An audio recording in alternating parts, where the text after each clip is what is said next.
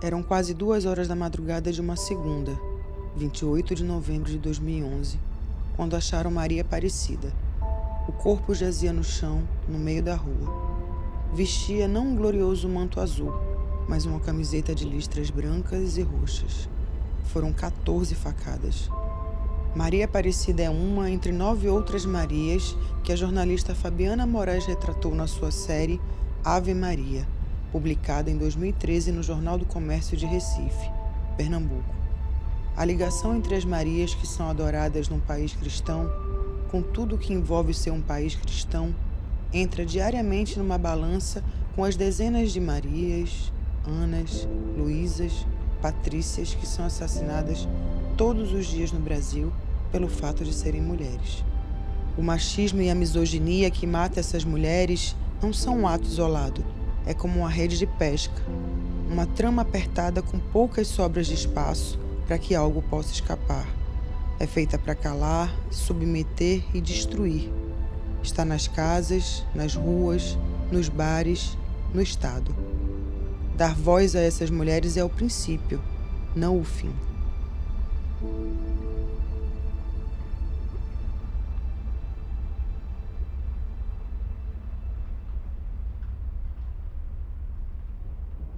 Quando alguém perguntou, acho que uma vez para mim assim, tu tá escrevendo alguma reportagem agora? Eu disse, tô iniciando uma pré-apuração para escrever. E tu vai escrever sobre o quê? Um colega de redação. Tu vai escrever sobre o quê? Eu disse, eu vou escrever sobre violência contra mulheres. Eu nem usava o termo feminicídio, nem estava aproximada. Sobre violência contra mulheres. Aí a pessoa disse, ai, que tema batido. Não tem que é a novidade disso? É assim que a gente naturaliza. É assim que a gente do próprio campo naturaliza. O que não é, como o jornalismo, um valor notícia forte no jornalismo é a novidade, se aquilo não era novidade, ele não tinha valor como notícia nem para aparecer no jornal. Porque se todo dia acontecia, por que é que a gente iria falar? O movimento era o contrário. Se todo dia acontecia, então a gente tinha que falar. Minha infância foi ótima, foi maravilhosa, brinquei muito. Não fui criada com pai. O pai era separado, minha mãe e meu pai. Um homem ao qual bebia muito, entregava o álcool quando aparecia na nossa casa. Não ajudava em nada, era só para verbalmente agredir a minha mãe. Mas tive uma infância feliz, com as mulheres batalhadeiras que trabalhavam, umas mulheres que corriam atrás. Brinquei de bola de gude, brinquei de pipa, não era brincadeira de menina, mas era minha brincadeira. Fui feliz, muito feliz. Nunca fui agredida pela minha mãe, nunca levei um tapa da minha mãe, de nenhuma das duas. Para chegar numa situação a qual, lá na frente, vou chegar, para mim foi difícil. Eu não levava grito, não fui criada com isso. Minha mãe levava a gente para o colégio, trazia 2 lavadeiras. Patrícia, acho que é a maior marca dela, além de Patrícia ser muito gaiata, assim, meio tiradora de onda, era a risada. Ela tinha aquela risada muito larga, que gargalhava e que ocupava o espaço inteiro, sabe? E até às vezes a gente brincava, menos, que ela era com uma risada muito exagerada às vezes. Então, Patrícia era isso, era um coração gigante e um sorriso maior do que o coração. E aí, por conta desses elementos, eu fiquei pensando como existe aqui, na América Latina como um todo, no mundo como um todo, nesse mundo católico, esse respeito e esse amor pelas Marias, por essas santas, aqui em Recife especialmente, por Nossa Senhora do Carmo e pela Virgem da Conceição, né? E, ao mesmo tempo, um não reconhecimento da divindade das mulheres que são assassinadas, né? Das Marias em vida. Então, o assassinato, ou a punição, ou a dor dessas mulheres é naturalizada, enquanto as Marias simbólicas, que são representadas em gesso, mas representam muito mais do que isso para as pessoas que têm fé nelas, né? Claro. São colocadas nesse patamar do divino, enquanto aquelas podem ser assassinadas e a gente diz, mas isso não acontece todo dia? Voltando para a década de 90, que nesse mesmo grupo de teatro que eu conheci Patrícia, eu conheci Guilherme, que a gente chamava pelo apelido de Pepe, né? E, inclusive, ele morava na frente, na porta dessa igreja, e a casa dele era um suporte para a gente que fazia parte do grupo. E foi ali que ele e Patrícia se aproximaram. Então, conheci desde o início dessa relação. Eu fui madrinha desse casamento. Só que, para vocês terem uma ideia, naquela época já era uma relação que desde o início ela era permeada de algumas dúvidas, incertezas. Então, ela mergulha naquele casamento e eu não tenho certeza quanto, mas acho que quase 20 anos, assim, foram. Entre namoro e casamento, com certeza foram mais de 20 anos nessa relação, né? O pai dos meus filhos, o homem que eu vivi 20 anos, amei.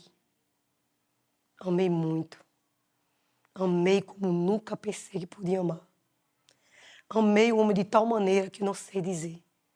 Vivi para aquele homem. Me dediquei, achei que era a mesma coisa. E através de algumas brincadeiras que nós mulheres achamos interessante, adolescência. Estava o quê? Com 13, 14 anos. Brincadeira de tapa. É onde tudo começa. Aquela brincadeira de dar um tapa e achar interessante. Era aquela brincadeira de dar o tapa, da gente casar, arengar e depois de fazer amor. E achar que aquele amor tá uma maravilha. E não é uma ilusão. Aquilo é uma porta para agressão. Aquilo é uma porta para a falta do respeito. Aquilo foi a porta onde eu abri para que saísse o amor e começasse o domínio dele por mim. Eu não podia falar com ninguém se ele não quisesse. Eu não podia brincar.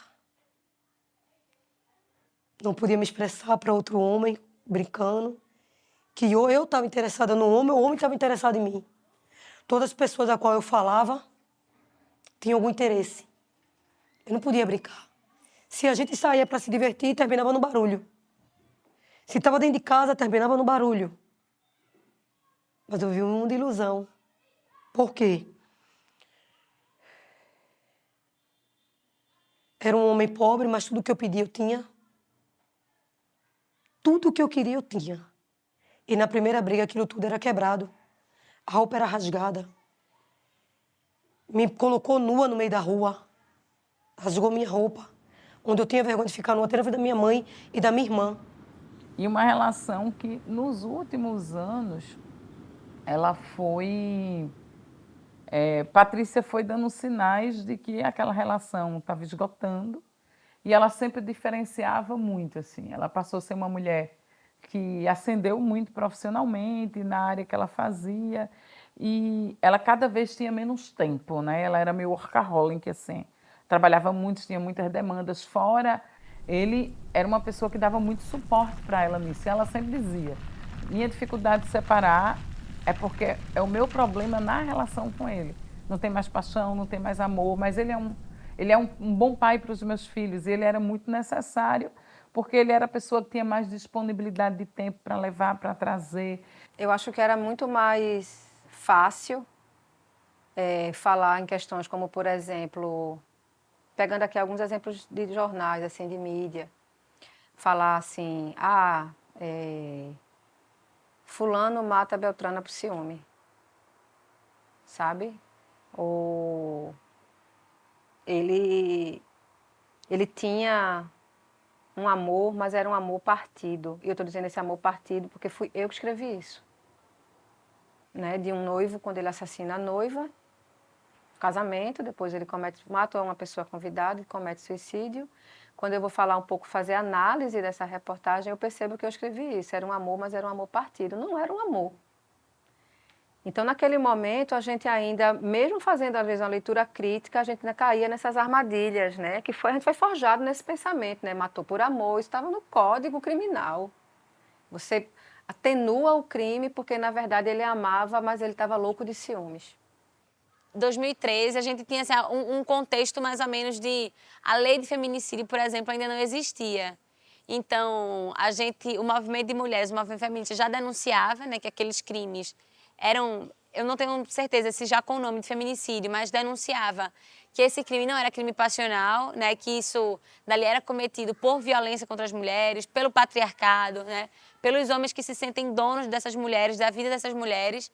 Então, o movimento estava denunciando isso, mas isso ainda não era tipificado. Então, tanto as mídias tradicionais, né, quanto o próprio Estado notificavam isso de forma bastante arbitrária. Então, talvez a gente possa falar assim, que hoje a gente vê mais feminicídios, né, e pelo menos com esse nome, mas que talvez tenha a ver muito com esse movimento, né, de tornar público essa luta do movimento de mulheres, do movimento feminista, de dar nome ao fato, né? E quando a gente não dá nome, a gente não consegue enfrentar a realidade. Na hora que a gente nomeia, a gente faz com que a sociedade como um todo, que o Estado saibam do que a gente está falando e incidam, né, mais diretamente para isso.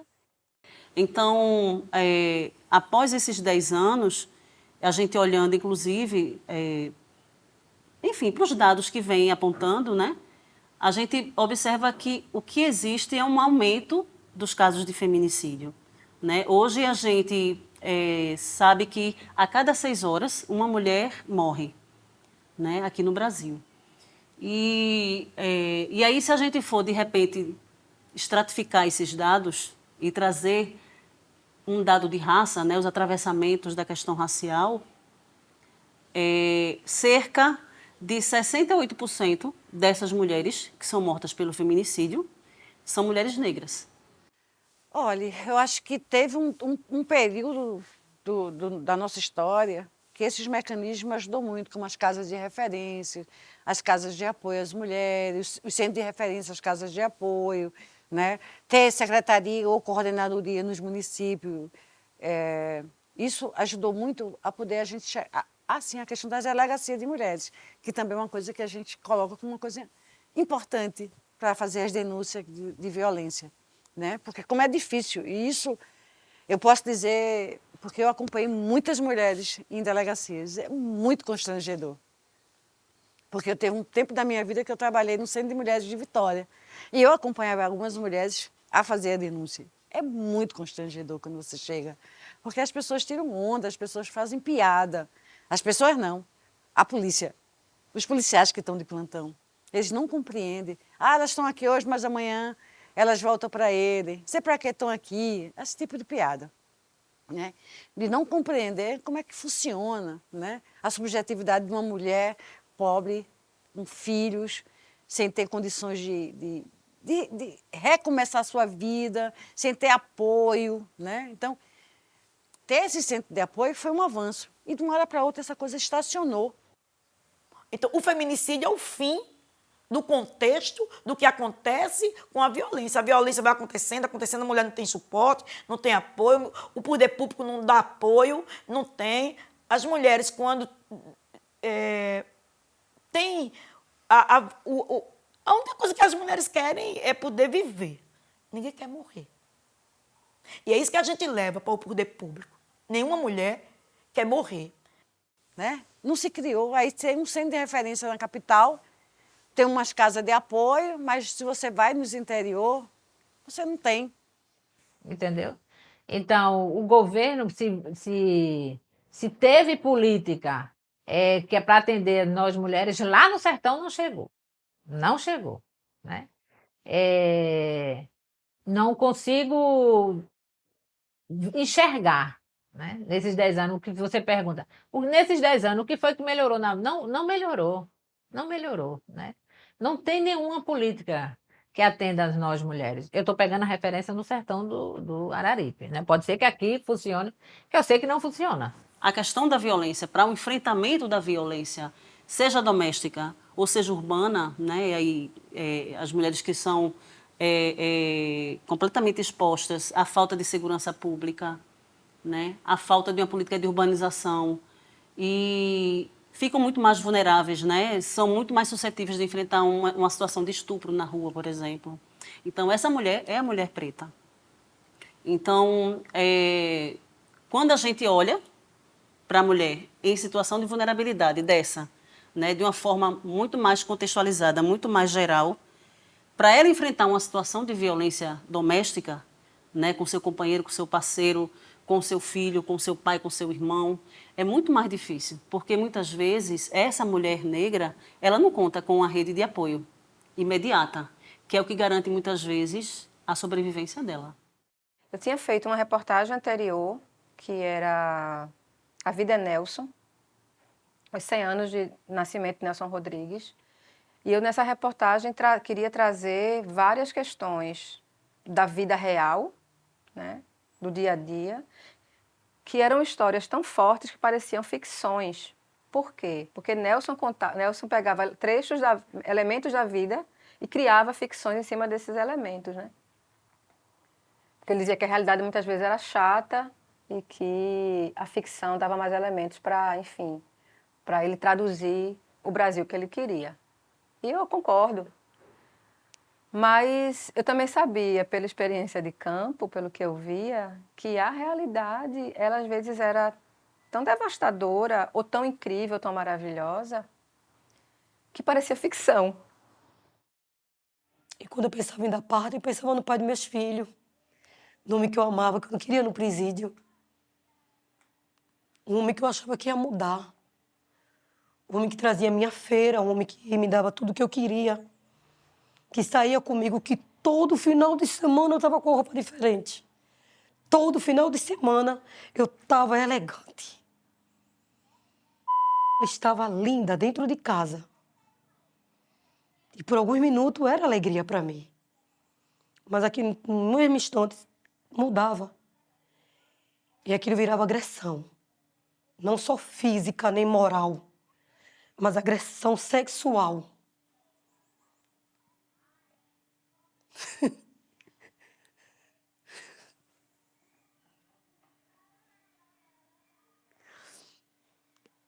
Eu tenho que me expor para minha irmã e minha mãe.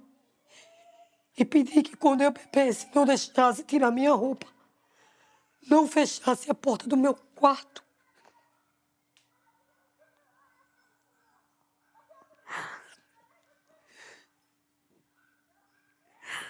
Tirei a minha vergonha naquele dia e pedi para minha irmã. Não deixa fechar a porta do meu quarto. Não deixa tirar minha roupa.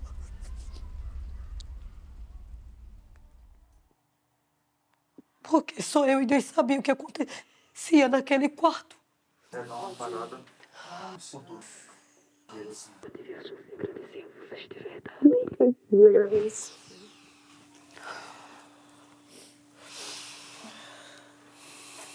Você saber que foi agredido e quando falar alguém dizer, "Tás doida?" Tá me levantando calúnia, vice. Tu sabe que isso é grave? Eu sou tarado. E ali a situação se invertia. Eu passava de vítima. Quem era vítima era ele.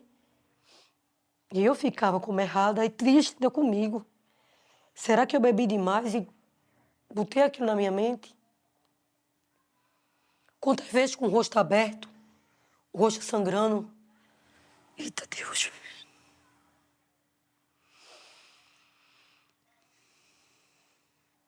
Isso não é vida, isso não é amor. Isso é mentira. E aí quando a gente começa a reagir, como reagir? Bater também? Sim. Mas a pior reação que eles rejeitam é quando a gente começa a dizer que não quer mais, que não dá mais. Aí você vê a máscara do homem cair. Você não vê mais o amor. Você não vê mais o carinho. Você vê a posse. É minha e não é de ninguém. Se não for minha, não é de mais de ninguém. Se não for minha, não vive. Decreta. E durante esse primeiro semestre de 2018, nos 2 momentos que ela tentou dar o passo da separação, ele tenta suicídio. Na verdade, eu digo entre aspas, porque ele trabalhava como representante de medicação, então na primeira vez ele toma um monte de remédio, mas sem não deixar, assim, toma um monte de remédio e liga imediatamente para ela, avisando que tomou os remédios e que vai morrer, e que a culpa é dela, e que ela vai viver com isso a vida inteira. e aí ela corre, liga para um amigo dele, e eles localizam onde ele está, ele é socorrido, faz lavagem estomacal, volta para casa.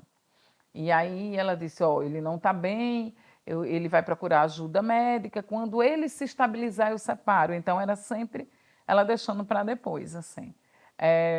E uma coisa bem impressionante é que ela blindava a família também. Então, para a família, era uma família tradicional, vivendo normal, um casamento padrão. Para a família, para os vizinhos, para as pessoas que ficavam naquele circuito. E a partir de janeiro daquele ano, ela começou a procurar várias amigas e muitas amigas desse período passado, assim. Então, ela se reaproxima, uma coisa que marcou esse último ano dela é a reaproximação dela.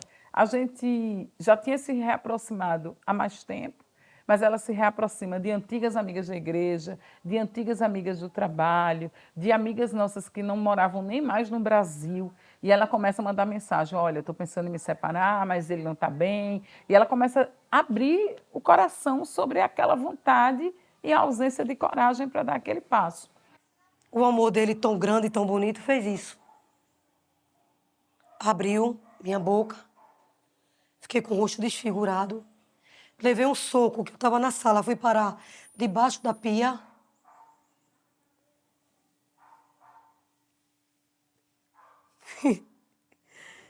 E ali eu disse, Senhor, ele vai me matar.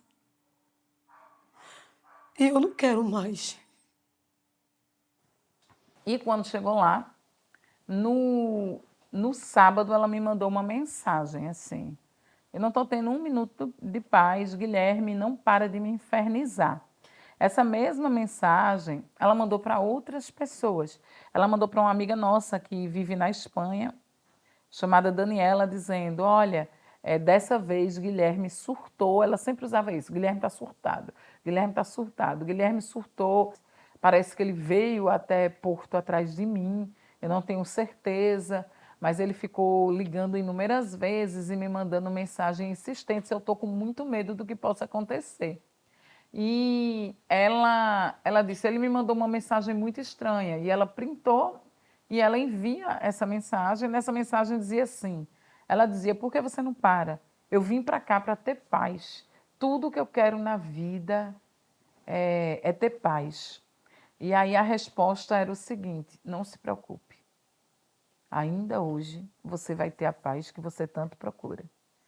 Na hora que eu li aquela mensagem, imediatamente eu disse, ele vai matar você, isso é uma ameaça. Num domingo isso, dia 15 de março. Esqueço mais nunca essa data. Eu não sei se eu nasci de novo ou se nasceu uma nova mulher. 15 de março. Minha vida mudou. E ali quando ele foi, trancou a grade, eu disse, Senhor, eu não era evangélica ainda. Disse, e agora, Jesus? Ele vai me matar. E ali começou a sessão, tortura. Eu rodava a mesa da minha casa pedindo para ele não me bater. E ele correndo atrás de mim para me bater. Tem um momento que ele conseguia me pegar pelo cabelo. E em cima da minha mesa estava uma faca peixeira. Resumindo, ali quando eu peguei a faca, nós corremos para o banheiro, ele deu um soco, não sei se vocês conhecem, aquelas farmacinhas de banheiro, que tem um espelho. E ele não acertou meu rosto, que era a vontade dele. Me segurou na parede do banheiro, pelo meu pescoço, e começou a socar, mas com tudo, que eu já tinha uma alta defesa, com tudo que ele ia socando, ele estava mais bêbado, eu não tinha bebido, tinha tomado um copo de cerveja, eu fazia isso, e o soco passava. E nesse passava, ele acertou o espelho do banheiro.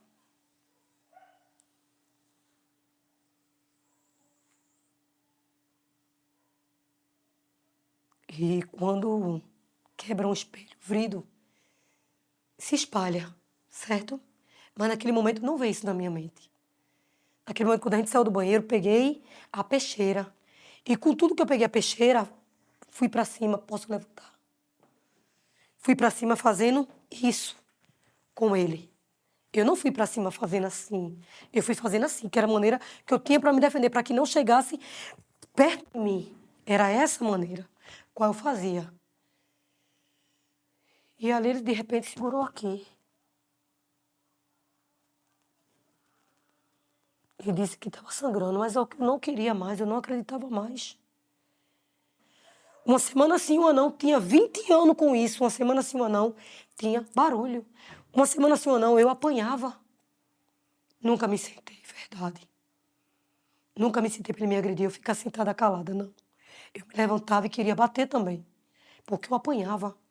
Muitas vezes no meu quarto, eu apanhava, eu pedia para que não me batesse, ele me batendo, o povo via aquilo. Quando eu via alguém, eu dizia, não posso apanhar sozinha. Mas muitas vezes eu pedia para que não batesse, ele batendo. Muitas vezes eu me encolhi na cama e ele batendo. E nesse dia eu disse, não, Jesus, quando ele botou a mão, eu disse, é mentira. Eu não quero mais. Saia da minha casa e botei para fora. E quando eu botei esse homem para fora, ele segurou na grade da minha casa. Da nossa casa, né? E ali eu estava com o coração com muita mágoa, muita raiva. Eu soltei os dedos dele devagarzinho, da grade. Soltei assim mesmo quando eu faço isso. Soltei um por um. Eu não vi ele sangrando. Eu não vou mentir, eu não vi. Porque senão eu teria ficado agoniada. Mas quando ele segurou e disse, olha o que tu fez comigo. Eu não acreditei, eu não vi o que eu tinha feito. Ele rodopiou mesmo, fez isso mesmo, girou e o som do chão, quando a cabeça dele bateu, não foi o corpo, a cabeça dele bateu no chão, ali começou uma nova história da minha vida. Naquele bater do chão da cabeça dele, foi onde a minha vida se transformou. Eu coloquei a mão na cabeça e disse, matei fulano. Matei, matei, matei, matei. E saí gritando pela rua da minha casa. Alguém, na minha mente, alguém que eu vivi 20 anos.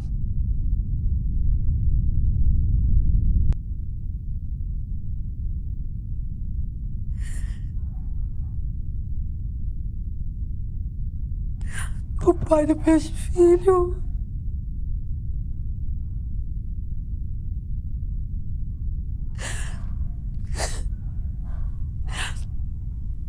Meu Deus.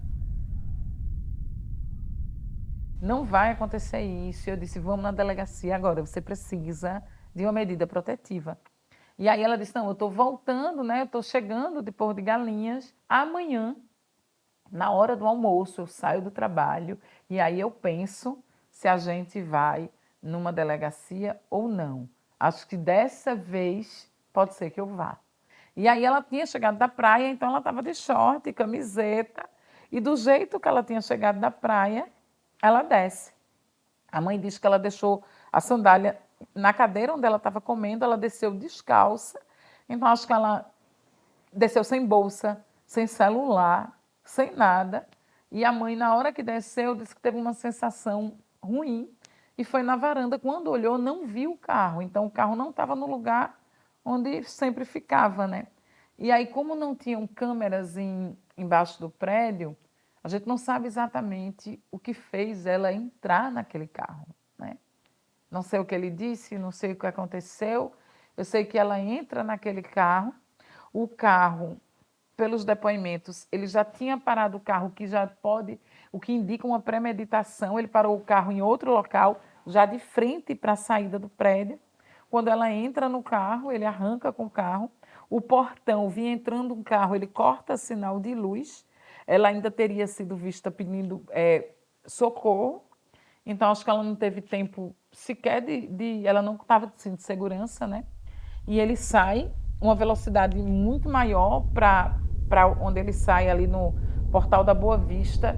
E veja, 90 metros, é muito pouco. 90 metros depois, o carro colide com uma árvore.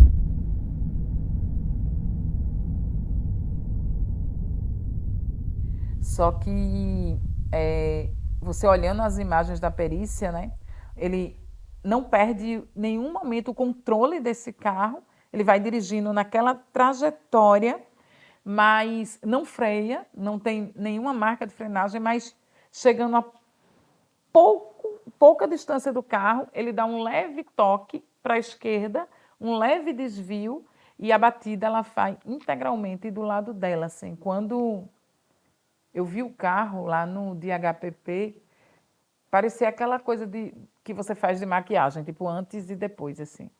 O carro, um lado do carro destruído e o outro lado do carro intacto. Então, ela morreu na hora. Foi muito chocante para mim ter contato com algumas coisas da perícia. O coração dela explodiu da pancada.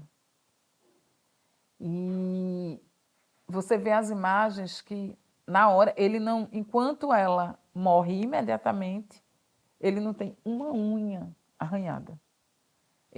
Nas imagens aparece que ele balança o corpo, ele desce do carro e faz algumas ligações. E uma das ligações foi justamente para o irmão dela que morava na frente. A mãe morava um pouco antes e o irmão dela morava na frente do local do acidente. E disse, aconteceu um acidente, vem cá, que deu ruim para a tua irmã. As pessoas ficam dizendo, as mulheres gostam de apanhar. Se você vai para junto dela, se você conversa com uma mulher que tem sofrido violência o tempo todo, que o tempo todo é chamado de feia, de gorda, ou de magra, ou que não isso, ou que aquilo, que aquela outra é mais bonita. E o tapa só é a gota d'água, entende? Do ponto de vista emocional. Aquela mulher já está machucada e sem nenhuma autoestima. Acho que a Lei Maria da Penha, assim, né, demarca, assim, sem dúvida, é um divisor de águas, né, mudou muito a forma como o Estado lida, né, popularizou muito, assim, na sociedade a compreensão da violência. A gente, assim, foram as criações das casas-abrigo, né, as criações das delegacias, assim, são marcos importantes. Mas, assim, eu acho que o Estado ainda está bem em falta com nós, mulheres, sabe? Assim, acho que o Estado ainda... É isso, né? O Estado não é uma entidade abstrata, assim, o Estado é feito por pessoas. A gente não muda uma cultura tão arraigada de violência com uma lei, né? Então, a gente precisa estar dialogando muito com a sociedade como um todo para poder mudar a mentalidade das pessoas e mudar a mentalidade de quem faz o Estado. A nossa realidade é muito alarmante, né? A gente tem um alerta em cima da gente com um alvo bem grande, né? Então, que o sistema quer, né, nos eliminar. A gente não tem direito de ir e vir, né? A gente não tem direito de sair na rua sem o risco de morte. Todo mundo botou o pé na rua para risco de ser atropelado. Mas a gente não, a violência nos procura. É diferente, né? São as pessoas já, né, marcadas na sociedade, no sistema, né? O sistema só possível para pessoas cisgêneras, né? Que justamente atrai essa violência para a gente. Né? Então, nosso risco de vida é muito mais alto. Basta ver que nossa população tem a expectativa de vida de 35 anos de idade. A gente é expulso de casa, em média, aos 13 anos de idade. Né? A gente passa a ser moradores de rua, em média, aos 13 anos de idade. Né? Totalmente vulnerabilizada, sem instrução, sem capacitação, sem estar inserido no mercado de trabalho, sem rede de apoio, sem afeto, sem família, sem ninguém. Como é que a gente pode pensar como notícias sobre pessoas transexuais, travestis, já eram de saída colocadas? Essa população aparecia geralmente nos jornais, ou quando dentro do espaço da violência, ou assassinadas, ou presas, né? Ou se vindo de graça em programa policial, mostrar a cara da travesti, não sei o quê, virava os memes daquele momento e viravam. E essa era uma questão para mim. Eu dizia, será que essas pessoas não têm outra vida a não ser estar morta ou servir de graça para a gente? O que é que elas fazem além disso? Elas fazem outras coisas, né? Além disso. E aí? E elas fazem, eu descobri que, na verdade, a gente se afasta disso porque as pessoas vulnerabilizadas, elas fazem coisas muito parecidas, muitas vezes, elas desejam coisas muito parecidas com pessoas que não estão necessariamente em situação de vulnerabilidade também querem. Né? Que é acessar amor, acessar uma vida familiar, acessar descanso, lazer, ir ao cinema, ir à praia, tomar um caldinho ali, ir para a roda de samba, ir para a roda de... Enfim, elas querem ter vida.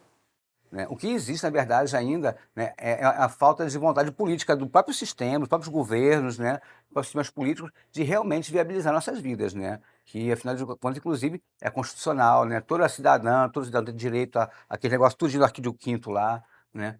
E de ir e vir, né? De viver bem, de comer, não sei o quê, né? E nós também temos esses direitos, nós também somos gente, nós também pagamos impostos, nós também contribuímos, né, para o quadro social, né, tudo isso. Então, assim, por que a gente não tem direitos garantidos pela Constituição, né? O que acho que existe é isso, é realmente, né, ainda a hegemonia, né, das pessoas cisgêneros e essa visão que tem que ser derrubada. Aí a pessoa pode dizer, ah, só tô com você, eu tô com você apesar da sua deficiência, sabe? Eu vejo muito isso, assim, e existem muitos casos desses, né? Ah, estou com você apesar da sua deficiência. Se eu não estiver com você, quem é que vai cuidar de você, né? E a gente escuta isso desde da família, né? Do quem é que vai cuidar de você, vindo da mãe, vindo, enfim, do cuidador. E também depois do companheiro, né? E isso mais tarde também pode ter o resultado do feminicídio, que é uma coisa que a sociedade também não fala muito, né? Quando se relaciona a mulheres com deficiência. Eu sempre vejo na mídia, né? A gente sempre vê casos de mulheres, né?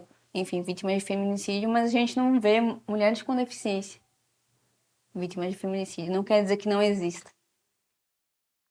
A gente vive um mundo que essas divisões de homens e mulheres, divisões raciais, elas estão postas, né? E elas significam desigualdades.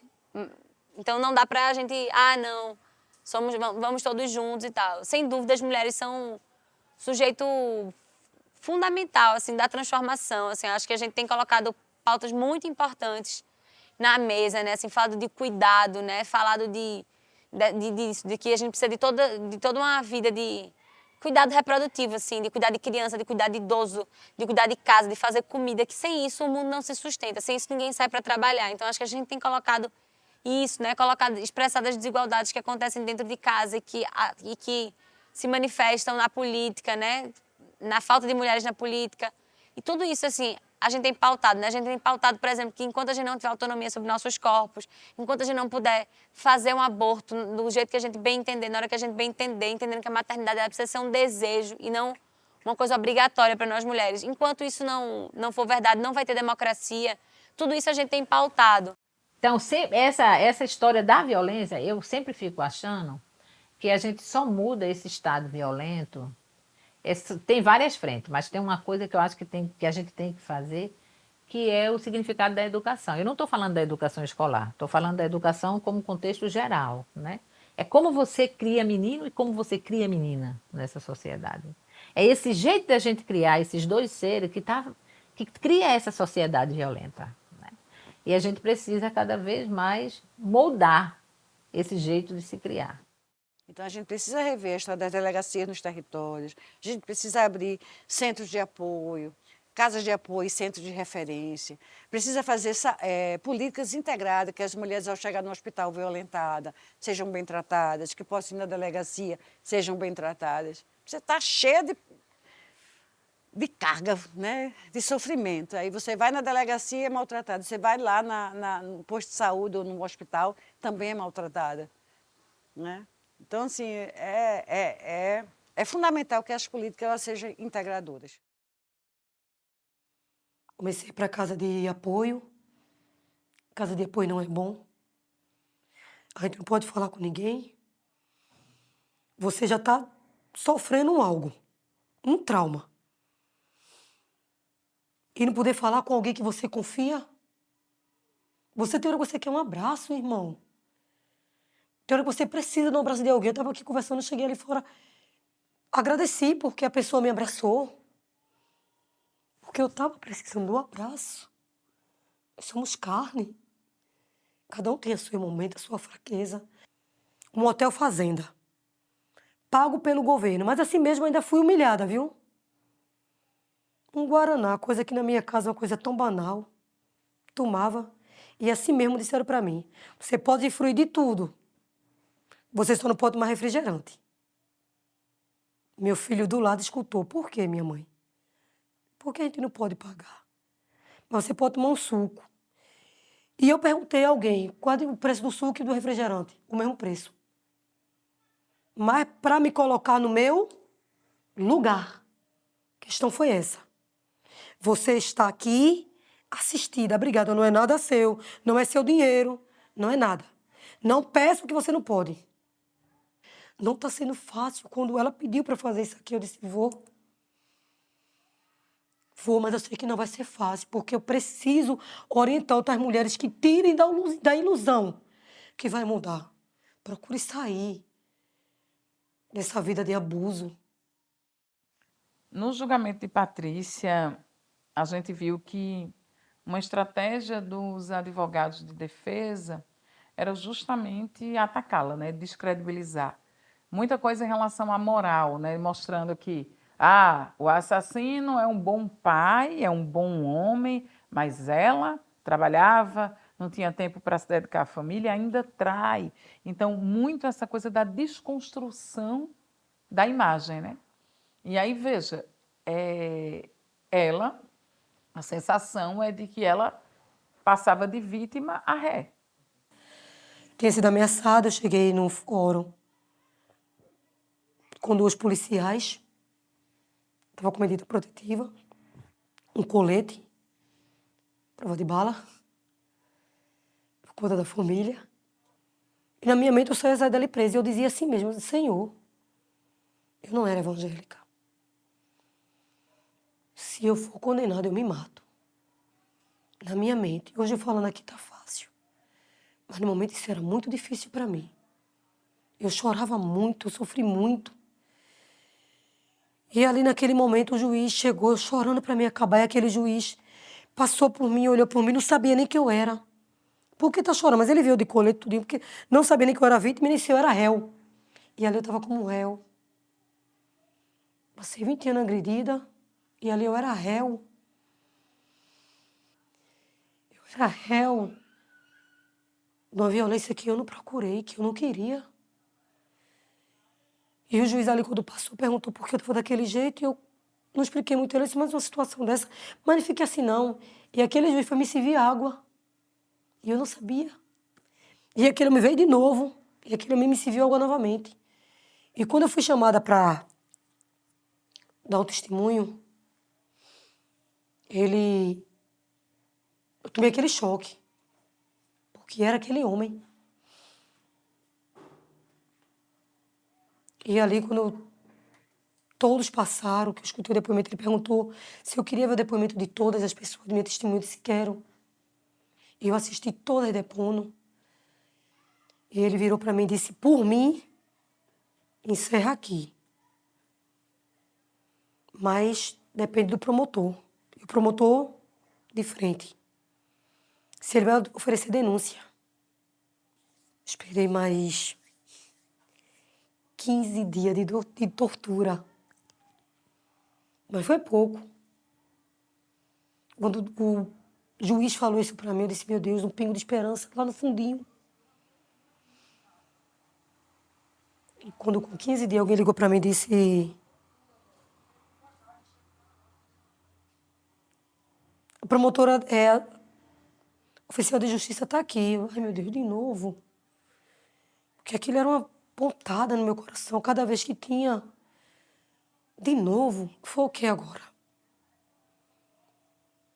Ela quer dizer, o negócio está com intimação. Eu disse, está com intimação. A pessoa disse, não. Está com a tua absolvição.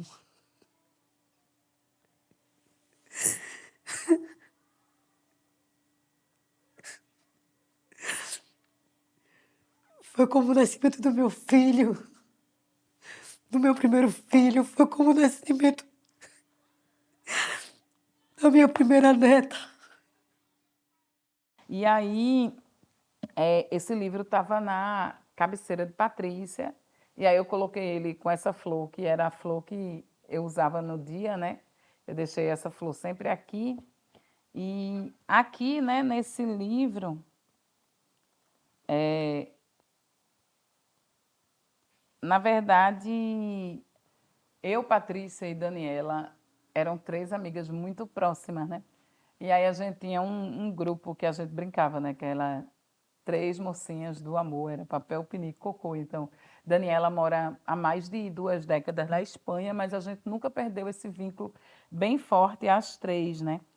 E aí, Daniela entrou com a irmã de Patrícia, também é Dani, é muita Dani. Daniele, a irmã de Patrícia, Daniela, a nossa amiga da Espanha. E aí, justamente no dia 16 de outubro, quando elas entraram para pegar algumas coisas, pegar a roupa que Patrícia usaria, né? E aí elas pegaram esse livro e resolveram que me dariam esse livro, né? Porque eu que tinha falado para Patrícia ler esse livro sobre a biografia de Frida, né? E ela comprou e aí ela botou assim, de Pati Dan, que é essa nossa amiga, né? Para Dani, né? 3 mocinhas do amor, tem escrito aqui. E aí veio esse cartãozinho, né? Com papel, pinico e cocô. E nele dizendo justamente o seguinte, né? Esse livro, a data dele é o dia que Patrícia morre e eu recebi esse livro no meu aniversário do ano seguinte e dizendo justamente o seguinte, celebrando a tua vida, desejando para a gente vínculos eternos, irmandade, mãos dadas, que ninguém solte, olho no olho, reencontros de alma, abraços, colos que curam, valentia para se olhar, transmitir, perdoar, se perdoar e seguir. Remanso, descanso, energia, vida, luz, irradiando onde a gente for. Que não nos falte isso, força, fé e amor. Obrigada por ser minha companheira na jornada dessa existência e juntos com a nossa Pati, nunca ter desistido de nenhuma de nós. Nosso abraço permanecerá para sempre, nas 3. Amo você. Então, assim, ficaram só 2, né? Uma se foi, mas isso traz em mim um senso de justiça, assim. Quantas mulheres como Patrícia só queriam ter paz. E acho que a gente passou por um julgamento, um júri, e é sempre muito duro revisitar. Foi bem recente e você revisita muito todos esses passos que eu falei um pouco aqui, mas no final me veio uma sensação de que agora ela pode ter paz. É isso. Hoje, isso não vai me doer mais, porque eu quebrei um tabu que eu nunca contei a ninguém. 4 de outubro, nasce uma nova mulher.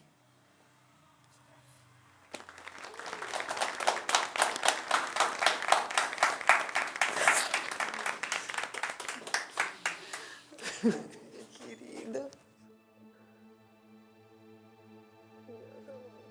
Uma mulher é morta a cada 6 horas no Brasil. Apenas em 2022, foram 1.437, 61,1% delas negras. Em Pernambuco, nos 10 primeiros meses de 2023, 72 mulheres foram vítimas de feminicídio. Pelo 14º ano consecutivo, o Brasil é o país que mais mata pessoas trans, sendo a maioria delas mulheres trans negras. No Brasil, nenhum estado mata mais mulheres trans do que em Pernambuco. Em 2023, o estado de Pernambuco possui 4 casas-abrigo. Até a finalização desse filme, só 2 estão em atividade.